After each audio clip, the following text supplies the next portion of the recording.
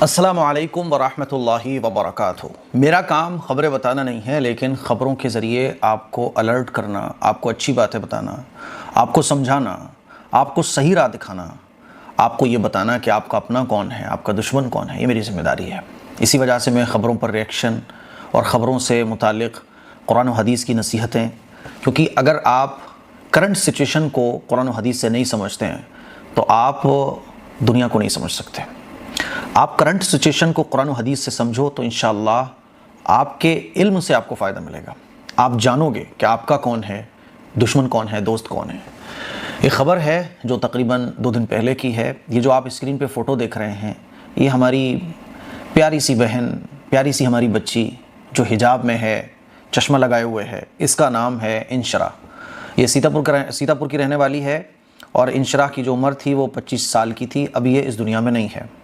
گروگرام میں 25 سال کی انشرا کا جو باڈی ہے وہ ایک پی جی کے روم سے ملتی ہے، اور باڈی پر چاقو کے، کٹ کے بہت سارے نشانات تھے۔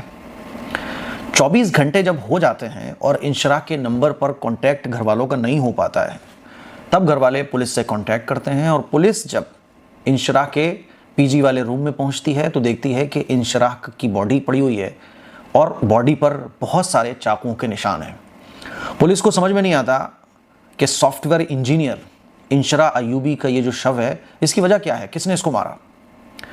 لیکن جب جانچ کی جاتی ہے تو پتہ چلتا ہے کہ قریب 60 کلومیٹر دور گڑھی ریلوے اسٹیشن کا جو ریلوے ٹریک ہے، اس پر 25 سال کے اے آئی انجینئر شریسٹھ ملک کا شو بھی اسی کا تھا جو انشرا کا ہیلپر تھا، سہکرمی تھا۔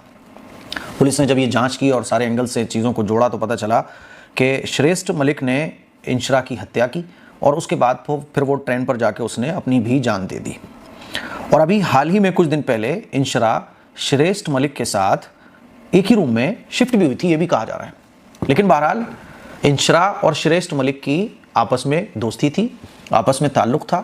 یہ لو میٹر تھا، کیا تھا، اور کیا وجہ رہی کہ یہ قدم شریسٹھ ملک نے اٹھایا، اور کیا ان لوگوں کے بیچ میں کوئی ریلیشن تھا، ابھی تو پولیس بعد میں بتائے گی۔ لیکن جو ایک بات میں اس سلسلے میں کہنا چاہتا ہوں کہ دیکھو یار، ہماری ایک معصوم سی بچی قابل، جس نے جامعہ ملیہ سے انجینئرنگ کی پڑھائی کی، جو جاب بھی کر رہی تھی، یہ جاب کر رہی تھی ایک کمپنی ہے آپٹم نام کی، ایک international health care service company ہے۔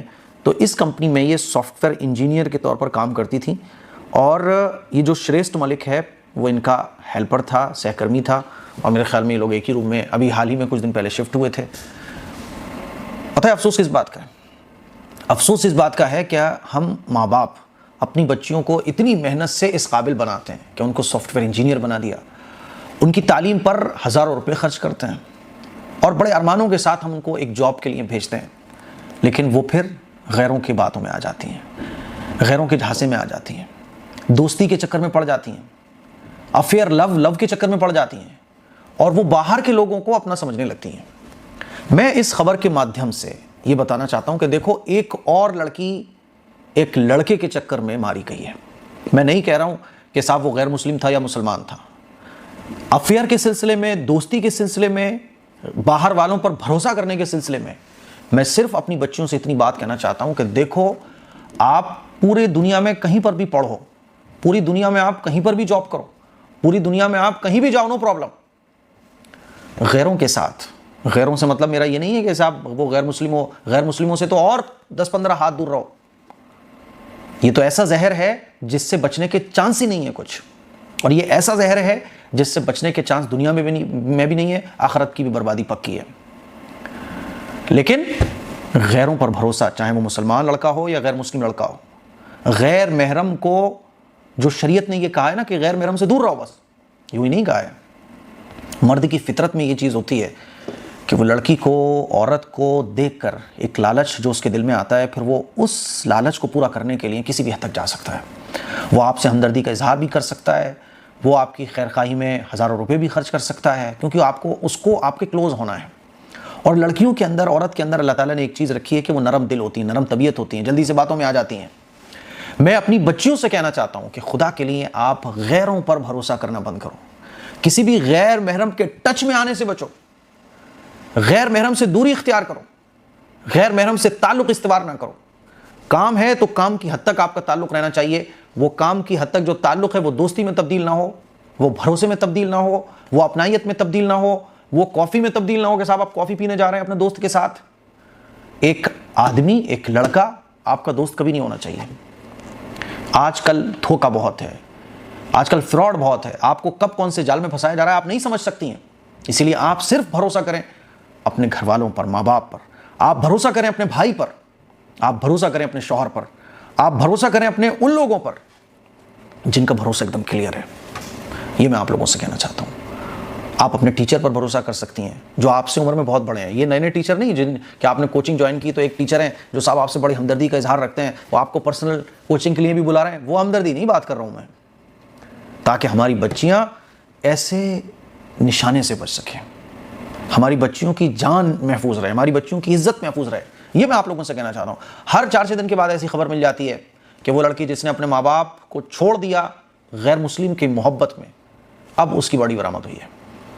وہ لڑکی جو اچھی خاصی تھی جس نے اپنے گھر والوں کو چھوڑ دیا غیر کی محبت میں، غیر کی دوستی میں، یا اپنے گھر والوں کی پیٹھ پیچھے وہ کہیں جاب پہ لگی تھی، جیسے کہ انشرا جاب کر رہی تھی، دوستی کر لی غیر مسلم سے، دیکھو کیا شروع ہوا۔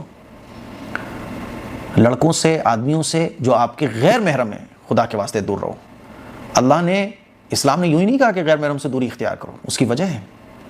مجھے امید ہے کہ میری یہ چند باتیں میری بیٹیوں کو، بچیوں کو سمجھ میں آئی ہوں گی، اور مجھے امید ہے کہ آپ غیر محرم سے، چاہے وہ مسلمان ہو یا غیر مسلم ہو، غیر مسلم سے تو میں نے کہا کہ وہ تو زہر ہے، ایسا زہر کہ جس سے دنیا اور آخرت دونوں برباد ہونی پکی ہے، آپ بچ ہی نہیں سکتی، آپ کی سب کچھ بربادی پکی ہے۔ مسلمان ہے تو اتنا ضرور ہو سکتا ہے کہ اس سے نکاح کر کے آپ اپنی آخرت بچا لو، وہ ٹھیک نکل آیا تو، لیکن میں یہ کہتا ہوں کہ جو آپ کو، یاد رکھو ایک بات اور، جو لڑکا آپ سے غلط کام کروا رہا ہے، جو لڑکا آپ سے اللیگل ریلیشن رکھ رہا ہے، جو لڑکا جو چیز اپنی بہن کے لیے برداشت نہیں کر سکتا وہ آپ کے ساتھ کر رہا ہے، امپاسبل، وہ آپ کے لیے کبھی بھی ٹھیک نہیں ہو سکتا۔ مجھے امید ہے میری یہ چند باتیں آپ کو اچھے طریقے سے سمجھ آئی ہوں گی۔ اللہ تعالیٰ ان کے گھر والوں کو صبر جمیل عطا فرمائے، اور خیال رکھیں اپنی بچیوں کا، خیال رکھو اپنی بچیوں کا، بیٹیوں کا، اپنی بہنوں کا، اور خیال رکھیں ہماری بیٹیاں، ہماری بچیاں، ہماری بہنیں، اپنی زندگی کا، یہ زندگی بہت قیمتی ہے۔ السلام علیکم ورحمۃ اللہ وبرکاتہ۔